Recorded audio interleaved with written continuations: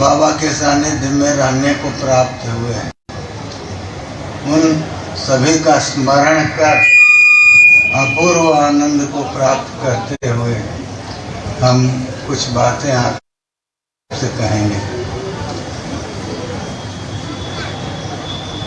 बाबा क्या थे और क्या हैं, थे तो कहना अनुचित है, क्योंकि वो तो है ही हैं, हमेशा हैं, इसलिए। लेकिन हम लोग अपनी दृष्टि से थे का भी प्रयोग कर देते हैं, ये गलत है, नहीं होना चाहिए। या मिश्र माने मिली हुई अर्चा, सब कुछ होना कहाँ से है? इसी मन से होना। अब उसके साथ वाणी का प्राधान्य होगा या भाव का प्राधान्य होगा, यही तो विचार करना। तो वाणी तो बहुत अंश में प्रमुखता नहीं पा पाते, वो प्रमुख नहीं रह जाते। क्यों? कि भाव का जो गांभीर्य है वो वाणी को शिथिल कर देता।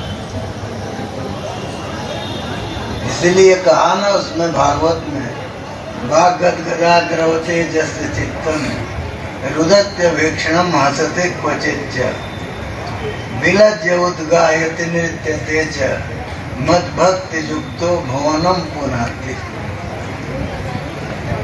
कहते हैं कि जो हमारा भक्त बाग गदगदा द्रवते जस्य चित्तम, ऐसा भक्त जिसका चित्त वाणी के गदगदपन के साथ द्रवित होता है। वो वाणी का गदगदपन आ गया तो मालूम होता है कि चित्त द्रवित हुआ। कहते हैं ना, गला भर आता, कहाँ से भर जाता है, कहाँ से जल आ गया? तो वही भाव है जो वाणी को भी रोक देता है। और रुदत्य भीक्षणम, बार बार वो रोता है भक्त, और हंसते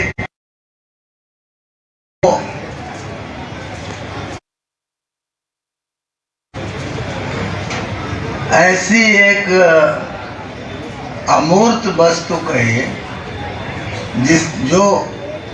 जिसके भाव जो है वो मूर्त रूप ले लेते हैं। भक्त जो का भाव है वो भक्त के मन में है, लेकिन उसके चिन्ह बाहर दिखाई देते हैं। वो रोता है, कभी हंसता है, तो भक्त अकेले में है, कहाँ रो देगा, किस लिए रोएगा?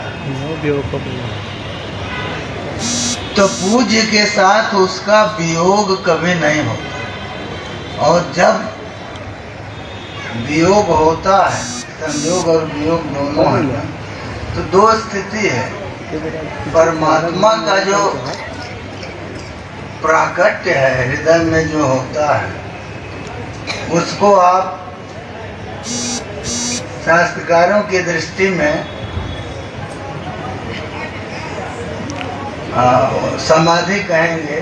जो समाधि वो है सविकल्प समाधि। समाधि का अर्थ क्या होता है? मन का एक जगह समाहित हो जाना, स्थिर हो जाना। तो मन जब भगवान के स्वरूप का ध्यान करता है, एक चीज आप बता दें, आपको बताना है, ध्यान में और समाधि में क्या अंतर है? ध्यान में कल्पना है, समाधि में वो रूप मूर्छना को प्राप्त होता है। इसीलिए विष्णु पुराण में एक वचन आया है, वो कहते हैं कि तस्यैव कल्पनाहीनम स्वरूप प्रचनंतु जद मनसा ध्यान निष्पाद्यम समाधि शोभिधीयते। तस्यैव मन तत्शब्द पूर्व को कहता है। तत्शब्द मन ध्येयस्यैव, जिसका हम ध्यान कर रहे हैं। तो ध्यान में कल्पना रहती है। हम जो भी स्वरूप हमको बताया गया उसकी एक कल्पना करके हम ध्यान शुरू करते हैं। लेकिन ध्यान के बाद जो समाधि आती है, माने सविकल्प समाधि आती है। सविकल्प समाधि और निर्विकल्प समाधि दो है। तो जो सविकल्प समाधि आती है उसमें वो स्वरूप जो है स्फुरित हो जाता है। तो इसीलिए कहते हैं इस श्लोक को योग सूत्र में वाचस्पति मिश्र ने उद्धृत किया है अपनी टीका में।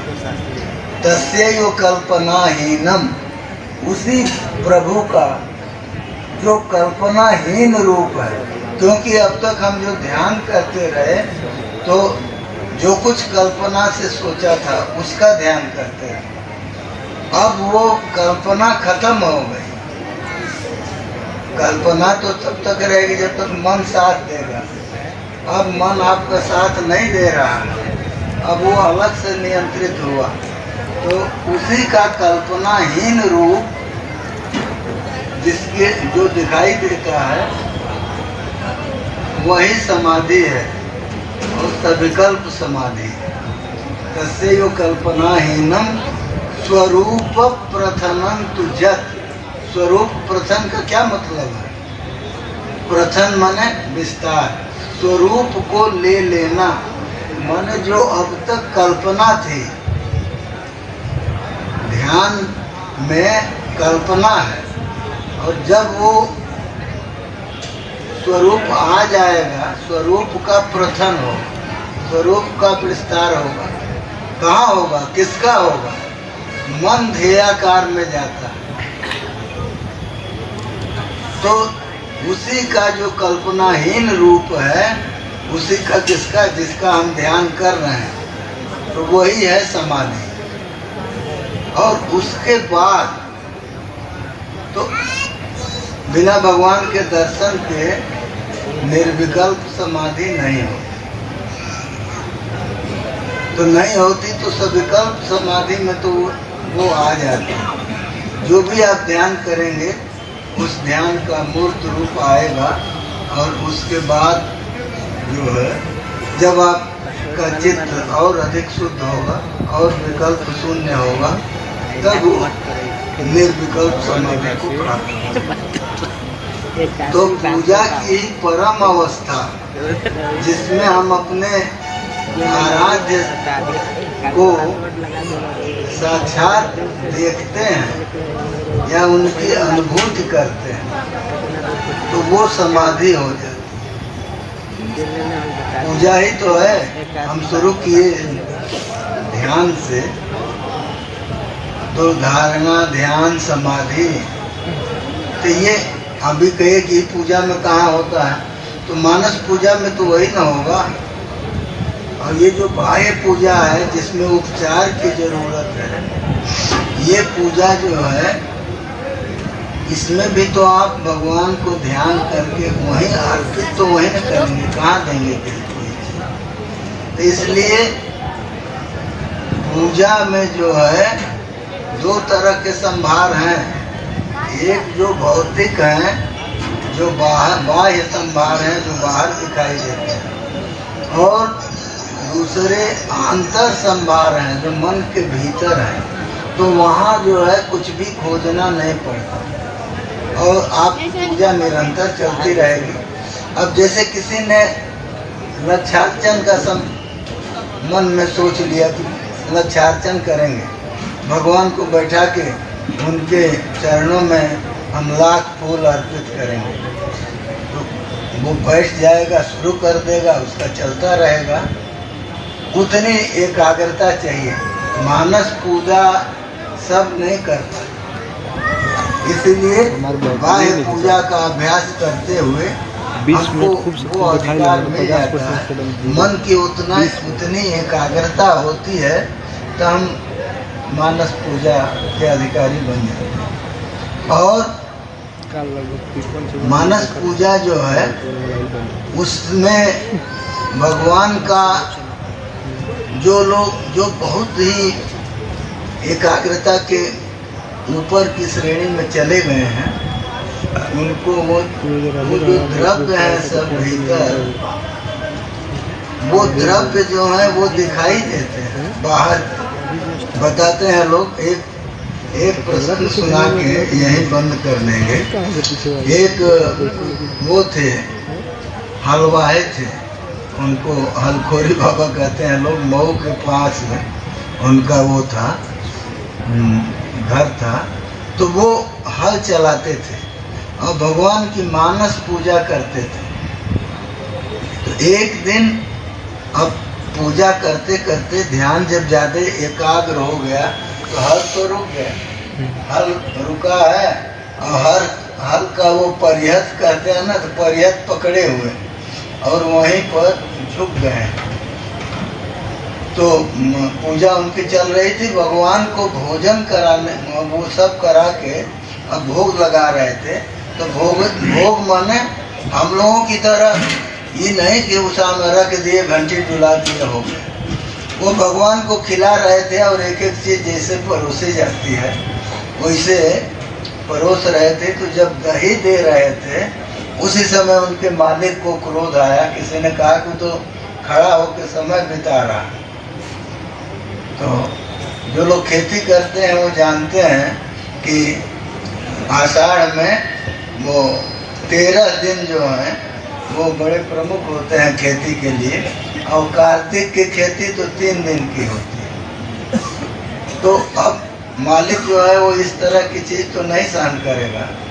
तो वो पैर से मार दिया, उनके पैर में खड़े थे तो गिर पड़े, तो दही बाहर खेत में छिटक गई। अब उनके मालिक को तो भय हो गया कि क्या हो गया। तो वो पूछे तो कहे कि हम भगवान को दही खिलाने जा रहे थे, बस वही इसी बीच में जो है शरीर हिला इतना तो हड्डियाँ गिर गई दही। अब सोचिए, इसको तो कोई आज का आदमी तो मानेगा नहीं कि वो कहाँ हड्डियाँ है। उनके दिमाग भीतर वो हड्डियाँ कहाँ से दही की है, और गिरी तो कहाँ गिरी और कहाँ दिखाई दे रहे। तो ऐसा नहीं है, वो गिरने का तो गिरी, तो बाहर आई, वो तो भगवत इच्छा है। वो दिखाना चाहते हैं कि देखो तुमने कितना बड़ा अपराध किया। तो भगवत इच्छा से तो कुछ भी हो सकता है, उसमें शंका नहीं करनी। तो पूजा की एक पराकाष्ठा है जिसमें मानस पूजा में इतना प्रविष्ट हो जाएगा। तो अब कहने का मतलब ये है कि जब आरंभ करेगा तभी न धीरे धीरे धीरे धीरे होगा। तभी कहें कि इतनी तल्लीनता कैसे होगी, तो हम लोगों को वो नहीं समझ में आएगी अभी। लेकिन जो ही आदमी उसमें प्रविष्ट होगा और भगवान के अनुग्रह की कामना करता हुआ चलेगा, उसको वो अवस्था प्राप्त हो जाए। इसीलिए कहा है ना, तत्तेनुकंपाम सुसमीक्षमाण भुंजान एवात्मकृतम विपाकम। कहते हैं कि हे प्रभु, आपकी अनुकंपा की सुसमीक्षा करते हैं। केवल समीक्षा नहीं, सुसमीक्षा। ये नहीं कि जब तक अच्छा अच्छा मिला तब तक हंसते रहे, थोड़ा सा बुरा आया तो रोने लगे। दोनों को प्रसाद मानिए ना। जब दोनों प्रसाद है तो दोनों को उस रूप में स्वीकार करिए। तो इसलिए अनुकंपा की सुसमीक्षा यही है कि हम जो भी मिलता है उसको प्रसाद मान के इस तरह की बुद्धि हो जाए। तो होना सब कुछ भगवत अनुग्रह से ही है, लेकिन हमको तो प्रयास करना होगा। देखिए, हम अक्सर कहा करते हैं, जैसे बालक है यहाँ ऊपर वो है, गुब्बारा है या कोई चीज खिलौना है, और वो बालक खड़ा होता है, गिरता है, मान लीजिए 3-4 साल का लड़का, तो चाहे मर जाए वो पा नहीं सकता उसको, लेकिन उसको अपनी असमर्थता का भान नहीं है। वो नहीं सोचता, गिरने पर भी वो हमेशा उठता है और वो कोशिश करता है कि हम उसको ले लें। तो हम आप उसकी मूर्खता कहेंगे, लेकिन नहीं, वो मूर्खता नहीं है। उतने तो है जब वो मन के हारे हार है, मन के जीते जीत, मन से नहीं आ रहा तो कोई न कोई मिलेगा जो या तो गुब्बारा तोड़ के नीचे लाएगा या बच्चे को उठा के ऊपर कर देगा। गुब्बारा उसको मिल जाएगा, उसके लक्ष्य की प्राप्ति उसको होगी। उसी तरह से आध्यात्म में सब कुछ भगवत कृपा पर मिलना है। तो भगवान की पूजा अब वो हमेशा होनी है, ऐसा नहीं है कि केवल माला से होगी, वो तो मन से होगी, वाणी से होगी, हर तरह से होगी ना। तो इसलिए अपना कर्म करते हुए भगवान की आराधना करें हम, और उनके प्राप्ति की आशा में अपने जीवन को बितावें, जिससे कि ये मनुष्य जीवन सफल हो जाए। इसीलिए उसमें दिया है ना, जीवित जो मुक्ति पदे सदाए भाग, जो भगवान की अनुकंपा की समीक्षा करते हुए और गुंजान एवं आत्मकृतम विपाकम, और अपने द्वारा किए गए कर्म जो हैं उनके विपाक को, उन्हीं के फल को भोगते हुए, तो जो अपना जीवन बिताता है, जीवित जो मुक्ति पदे दायका, वो मुक्ति पद में जो उसका दाय है, हिस्सा है, वो पा लेता है। तो भगवान ने इसीलिए ने कहा जस्मान नोद विजते लोका लोका नोद विजते। ये नहीं है कि केवल हमसे लोगों को उद्वेग नहीं होता, इतने पर्याप्त नहीं है, हमको भी लोक से उद्विग्न नहीं होना चाहिए। क्यों? सारा खेल तो मन का है। तो जब आप लोक से उद्विग्न होंगे तो मन तो आपका शांत नहीं रहेगा, स्थिर नहीं रहेगा।